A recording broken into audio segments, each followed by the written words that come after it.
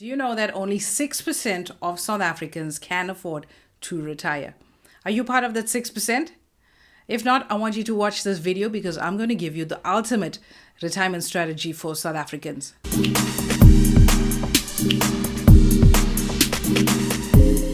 53% of South African women cannot retire because they're not planning for retirement. And I hope after this video, you're going to remove yourself from that 53% and start planning for your retirement. If you are 35 and you plan to retire when you are 65 and you're employed and this is your only source of income, you have only 360 opportunities to save for retirement because you only have 360 salaries due to you before you turn 65. I know it's a small number and you think you have an infinite amount of time to plan for retirement, but that is not the case. And in this video, I want to give you the ultimate retirement strategy. Only 53% of women can afford to retire. And that is scary, scary, scary. Ideally, you want to retire with all your debt paid. You don't want to be paying for a bond or a car or high consumer debt at retirement. You want to position yourself to have all of that cleared off before you retire. So the key to retiring well is multiple incomes. You need multiple sources of income that allow you to retire well and live comfortably. So the first thing that's going to really be the foundation of your retirement income is going to be your work pension or the provident fund. And I know a lot of you think that, okay, you're contributing at work, you're set for retirement. But honestly, your work contribution or your work pension or your work provident fund is not going to be adequate to cover you during retirement. So the day you turn 65 or the day that you retire, if you plan to retire earlier or later, you are going to be given the option of withdrawing your funds. And the rules, the current rules, the change in the provident fund is basically allows the provident fund to operate as a pension fund when it comes to withdrawals. You can no longer withdraw that big lump sum that you thought you had. Okay, there are rules and limits to that. So if you're retiring in a few years, you might be in that catchment group that's allowed to withdraw. But if you're in your 30s, you're most likely not going to get that opportunity to have that lump sum withdrawal. So the day you retire, you're going to be given an option. You're going to either pick a life annuity and a living annuity. And let's try to understand the difference between these two options. Let's try to understand living and life annuities in South Africa. So we have various types of retirement products in the country, from pension funds, retirement annuities, preservers, and provident funds as well. Basically, what happens is upon retirement with all of these products, especially with the new change with provident funds, you are allowed to take 1/3 of those funds out in cash. 500,000 Rand of that is tax-free. Thereafter, you will be taxed on a tiering scale. So you take your 2/3 lump sum and the product provider will provide you one of these two annuities. And the first one is the living annuity, in which you are allowed to basically your investment grows and that the investment will grow based on the market. Whereas with the life annuity, you give in your funds to the company and they will basically give you a predetermined amount for life. With the living annuity, you can make an annual withdrawal of anywhere between 2.5% or 17.5% of your investment. Whereas your life annuity, it's predetermined and the amount that you will get back is determined by the initial capital. That's your 2/3. One of the benefits of a living annuity is that it can be left to beneficiaries when you die. However, that's not the case with a life annuity product. So what's the pros and cons of a living annuity? Well, firstly, the living annuity obviously gives you control with the various drawdowns and you decide how much it is that you want to draw down. Obviously, you don't want to withdraw more than you're actually making in the investment. You're also not subject to Regulation 28, which basically means you can put a lot of your funds offshore and enjoy that massive growth that offshore gives as opposed to locally. And as I said, you determine the withdrawal. And this obviously can be left to beneficiaries upon your passing. And it's also not subject to estate duty. So one of the major cons of this is that you can run out of funds if your drawdowns are very high or if the market performance is really, really low.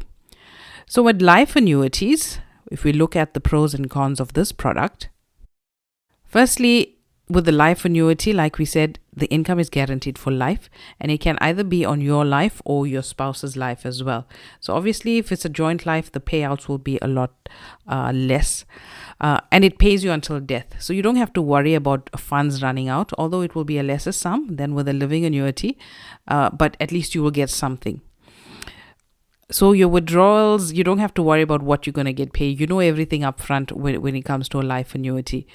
And one of the major pros of this is whether you lived for more than 50 years after your retirement, these funds are basically guaranteed to come in until you pass. It's not dependent on market performance like a living annuity. One of the major cons is that the amounts are a lot smaller as compared to a living annuity, and there can be your lump sum whether you live for 2 years, and if you've given your 2/3 for investment of maybe 2 million, if you die 2 years after retirement, that lump sum is gone. However, what if you could have a guaranteed lifetime retirement income and still leave your entire retirement savings for your beneficiaries? Wouldn't that be good? What if you could combine a living annuity and a life annuity into one solution? Well, that is certainly an option. And if you're close to retirement and if you want something similar, reach out. I can assist you. All right. So once you pick your life or your living annuity, you're going to eventually realize whichever option that is, that's not going to be enough to carry you through. And I want you to understand from now that's not going to be enough. So I created a little retirement planner for you. So click the link down below, download my free retirement planner. And this retirement planner is going to go through all of the various elements of planning for retirement. Try to understand what your various costs are going to be. Try to project what your future costs are going to be. Factor in your current retirement statement, how much you have saved for retirement. And we're going to help you bridge that gap with that calculator. So download that calculator for free on the link down below. So you also have to understand what your basic cost of living is going to be like. And that calculator is going to help you do that. You need to factor in your living costs. Are you going to be renting? Are you living bond-free? What's your amount that you need for your utilities, your maintenance, your insurance, your rates, your food, your medical aid, the running costs for your vehicle. If you like to travel, you got to factor that in, and all of the other various luxuries that you were waiting to do during retirement that you want to do. You got to put all of those figures there and try to identify what your retirement budget is going to be like. So now that we covered the work pension, and when you download my retirement planner, you're going to realize that what you have at work is not going to be enough. So I want you to start now planning for this. And the next step in retiring well is setting up a retirement annuity now. So a retirement annuity functions identical to the pension fund, where you're getting your various tax rebates, you're getting your various rollovers, and you're getting your 1/3 tax-free withdrawal, and the 2/3 you're going to have to buy a living or life annuity. And now you know the difference between those two products and what your options are currently. In the future, there could be different options available to you. So that's going to buffer your income at retirement. So speak to your financial advisor about setting that up. And the key thing that you want to look at here is your fees. You do not want to be paying high levels of fees because you want more of your hard-earned money going towards growth and not paying commissions and platform fees and stuff like that. So if you have a retirement annuity currently, go and look at those fees. Is very important. If you're in your 30s now, or if you're in your 40s, you have about 20, 30 years to go before you retire. So those fees accumulate over time, and you're going to be paying a small fortune in fees if you're not careful as to what you invest in. So the third leg of ultimately retiring well is supplement your retirement income with a tax-free investment. Now, this is something that you start now, because unlike the retirement products, a tax-free investment allows you to invest in anything. Pension products have a thing called Regulation 28, where there are various restrictions into what your funds can be invested in. Specifically, you're restricted to just 25% offshore. The rest of the money has to be in Africa and South Africa specifically. And you also have the option of holding cash as well, which brings you only interest and minimal growth. So you want to invest tax-free. Ideally, you want it to be in an offshore platform to grow there.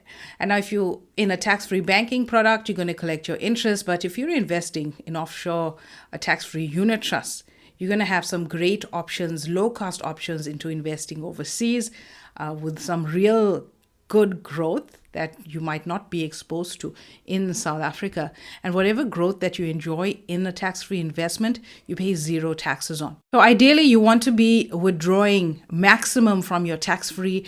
So in a living annuity, you want to take a minimum drawdown from there and maximize your tax-free, because when you withdraw tax-free, you're not paying any taxes. All right, so you need to start one up now. Lots of options are available. Reach out if you need assistance.